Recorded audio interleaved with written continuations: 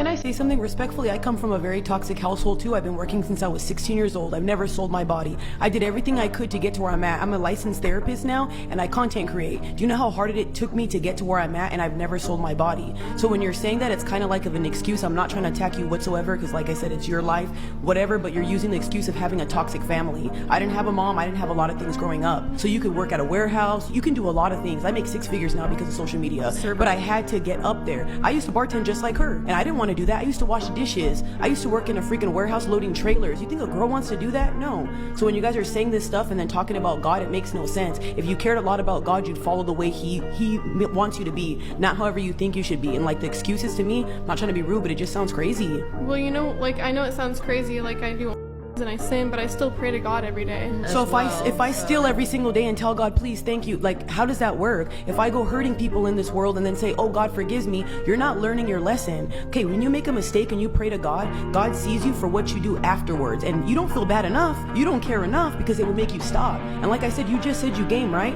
You're beautiful. You know how many people would get on your freaking Twitch because of how you look? You don't even have to do You don't have to pull your clothes off. Or I can help you make money instead of doing all F. You know what's the main problem with relationships nowadays and with men nowadays? Any thoughts? Let me know if you have any thoughts before I say what I'm thinking. A lot of relationships don't work because men usually don't want to put in the effort. They don't want to fight for what they want. Men just give up because they know there will be someone else who will take them as they are. They will not ask them to change. They will not ask them for anything. Men don't want to put in effort because there'll be another girl that will accept his minimal effort. And a lot of men just don't want to be fighters anymore. They actually want to be the ones that women fight for, and a lot of women do fight for men. So that's why things will never work if a guy knows that there'll be females fighting for them.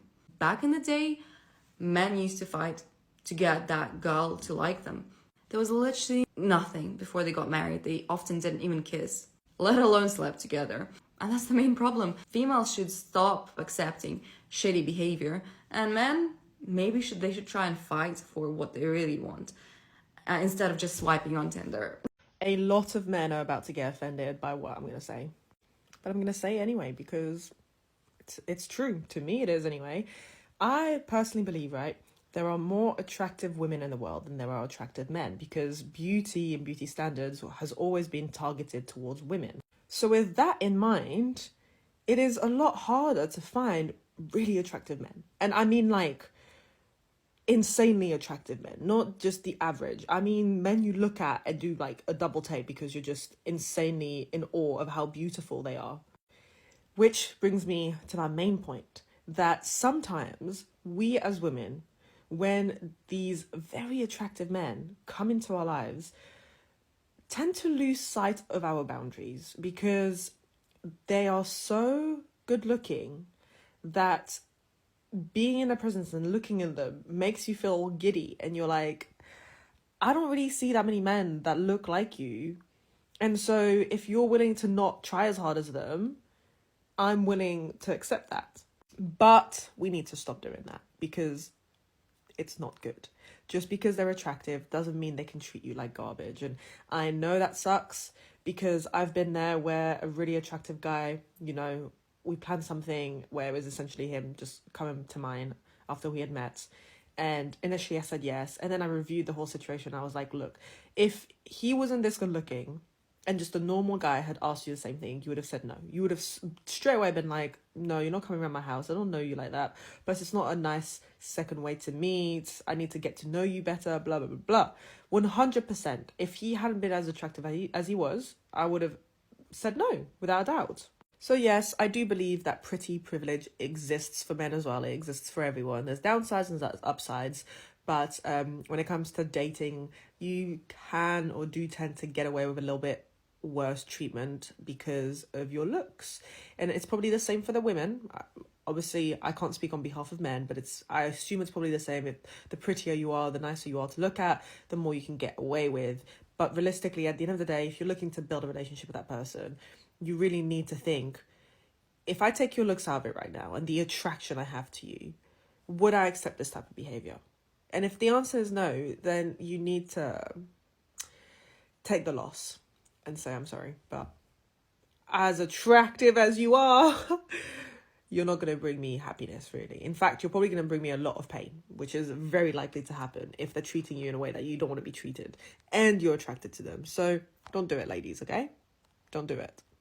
My boyfriend does not want to match profile pictures with me, and it's not even a big deal.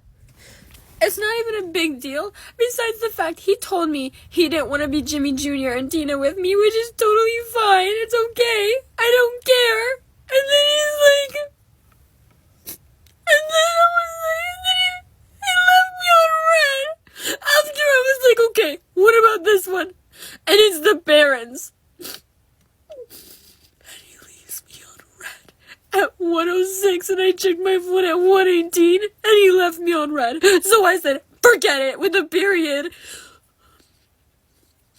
It's not even that big of a deal, but...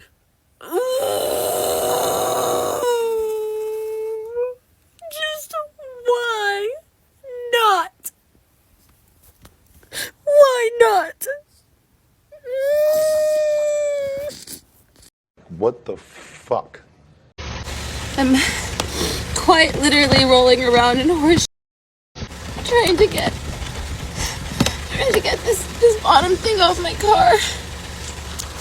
I don't want to talk about it.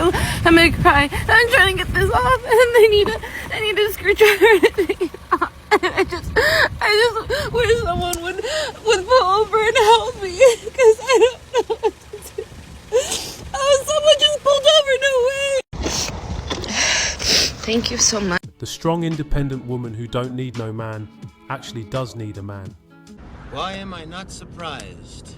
These OF girls try to make excuses for why they resort to producing that kind of content. But there are so many women and men who went through a hard life, but they made something of themselves.